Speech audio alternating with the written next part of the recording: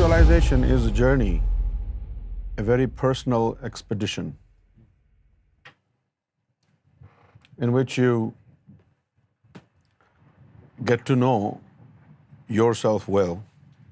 Generally and naturally, we are more focused on our desires, on our comforts, and we normally are not aware of our principles. How should we lead our life? How should we behave? And the real character that we carry, is it a constant character of our being, or it shifts from good to bad, and from bad to worse, and from worse to worst? We always have people in our circle, from our family, from our friends, among those with whom we spend time. And as a token of love, as a token of friendship, as a token of knowing each other, we tend to do favors to each other.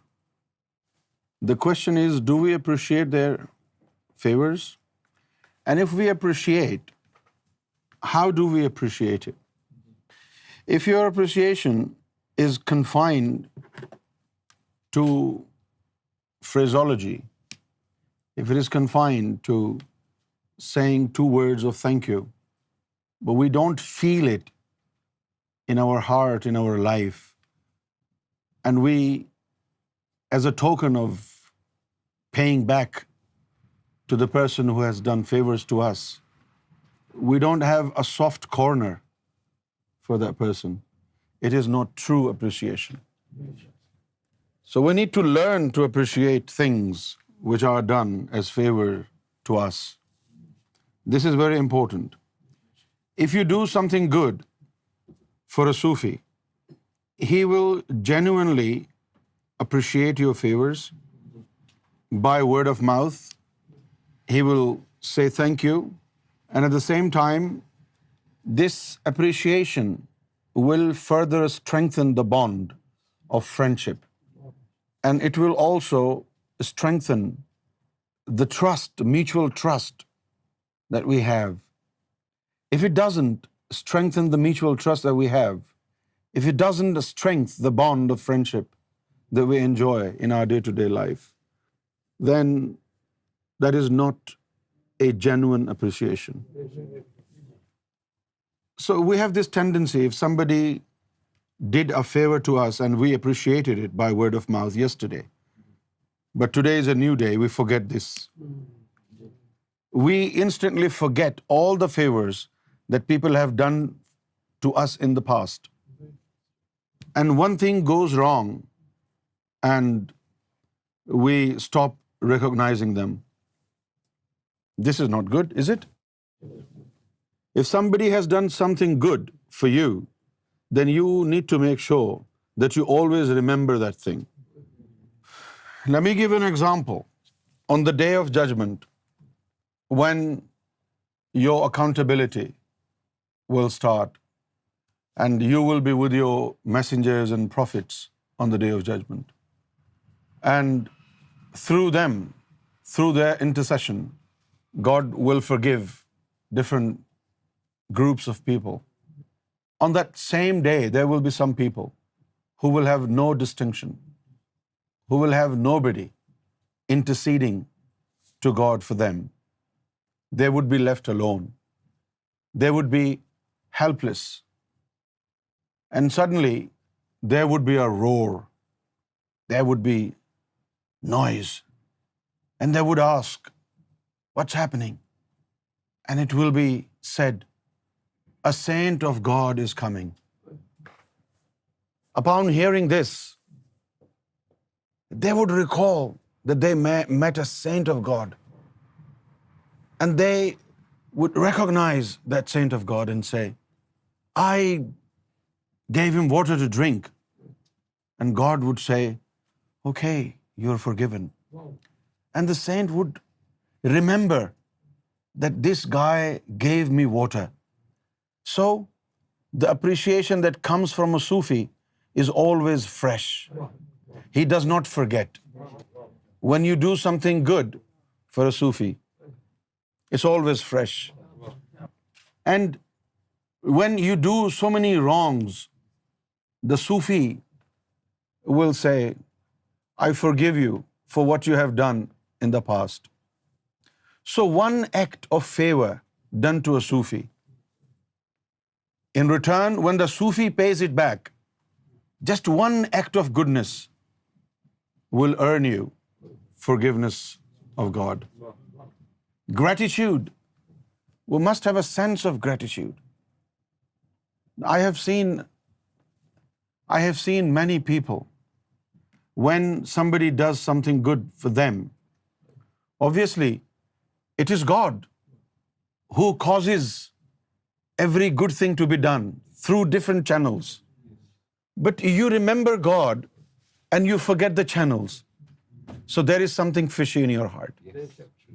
You're holding grudge against somebody, against the channel through which God was doing favors upon you. So a true sense of gratitude is also an essential part of Sufi course. And to God, it's very important.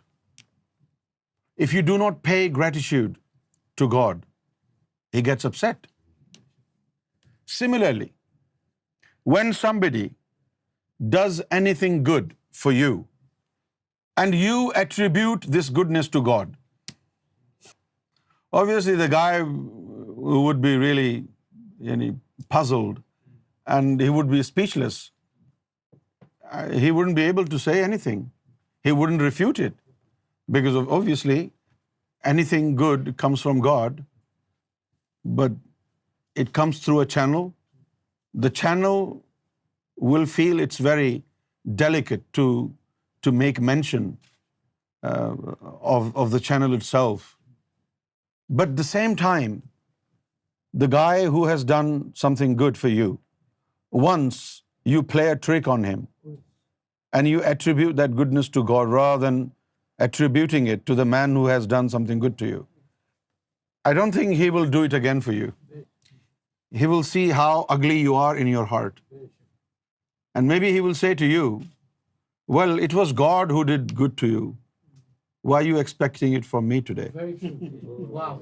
Ask God to be benevolent upon you. But my friends, it is very tricky, especially among Muslims. Anything good, Muslims believe it is from God. Obviously, it is from God. But what about the channels? What about the mediumship? What about the intermediary? When God physically doesn't descend on earth, according to a tradition of Prophet Muhammad, the Prophet said, one who is not grateful to human beings, he is not grateful to God. If you cannot afford to be grateful to a man, it's highly unlikely that you will be grateful to God. The human being who has done something good for you is in front of you, and still you are not able, out of your own ego, to say thank you. But some people are so clever, they do say thank you, but the thank you is so humiliating. You would wish it wasn't said. Thank you. Now the words have lost their meaning. The genuine gratitude comes from a pure heart. If you think all this morality and all this ethics is about using your mouth and manipulating with words, and you are being perfectly well-mannered, you're gravely mistaken, my friend. Ethics is not phraseology. Sometimes you do not say thank you, but your behavior is so bold that your behavior speaks volumes by the way you treat that person who has done favors to you. Your behavior tells us. You don't have to say thank you by word of mouth, because the way you are behaving now with that person speaks volume. We are genuinely grateful. And when we are genuinely grateful, we're in the state of awe. Our mouth is shut, and gratitude reflects in our behavior, in our character. So a Sufi has to recognize true essence of appreciation. Moral values, ethical values, as we have learned in our schools and colleges, is very superficial. If you ask somebody for something, you just need to use one magic word, please. If you don't use this word, please, it means you are rude. But what if you hold grudge against that somebody that you are supposed to say please to? With all the hatred in the heart, you deliver this word, please. Is it going to serve the purpose? Where is the genuine appreciation?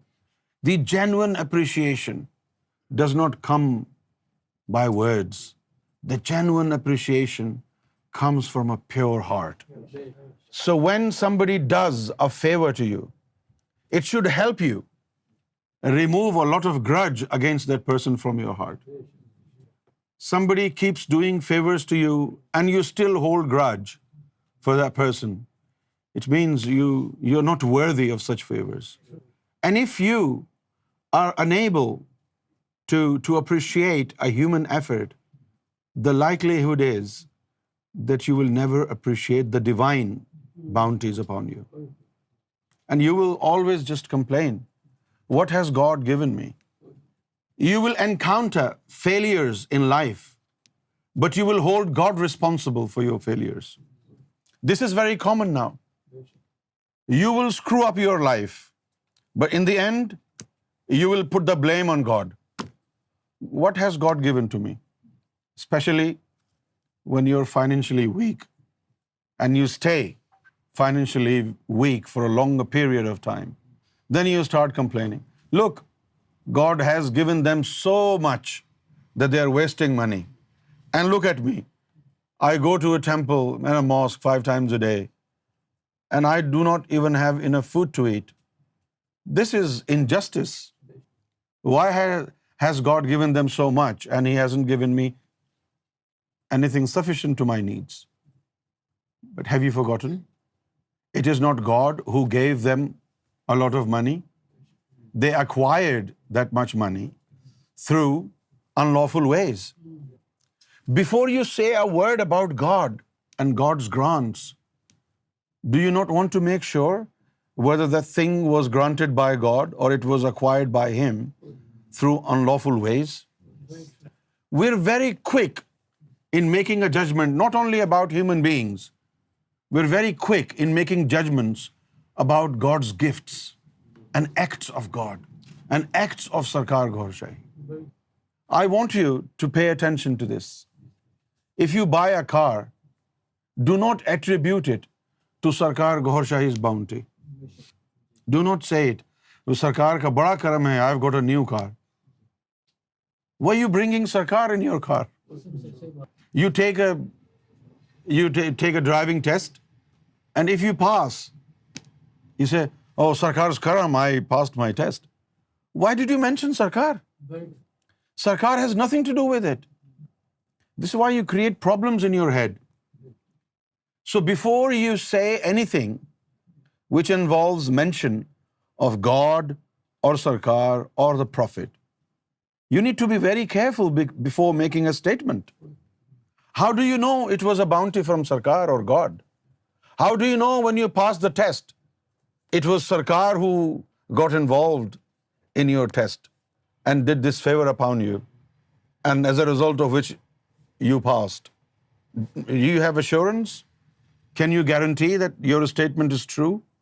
No. We just have developed a habit of just saying rubbish stuff. Now, this is in our terminology. Even if we're trying new clothes, oh, Sarkar's karam, it fits. What? Why do you have to bring Sarkar in everything? That is wrong. Isn't it? Or if there is a cricket match between Pakistan and India, God is in trouble.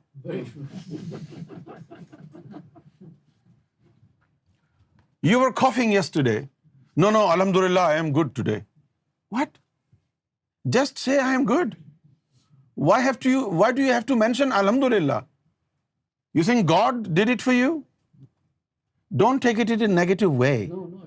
I'm just trying to tell you that unless it is confirmed through reliable spiritual sources that what you have acquired is a gift of God, unless you receive a confirmation, verification through a proper spiritual channel like your Sufi master.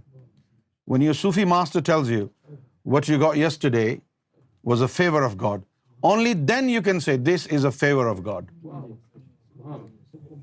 Now, every single denomination in Islam, for example, a Wahhabi says, Alhamdulillah, I am Wahhabi.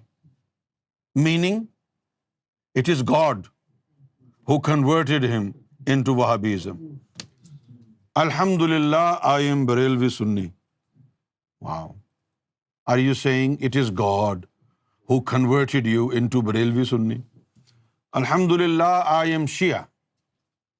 Is it God who converted you into Shiaism? Why do you say that?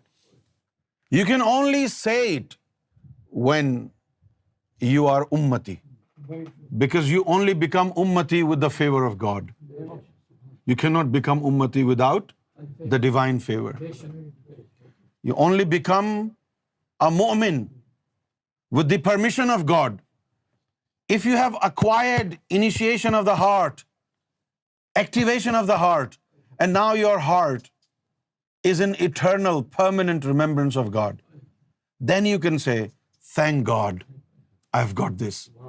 This statement is a true statement. Why? Because activation of the heart can only happen with the permission of God. Without God's permission, your heart will never, ever remember God.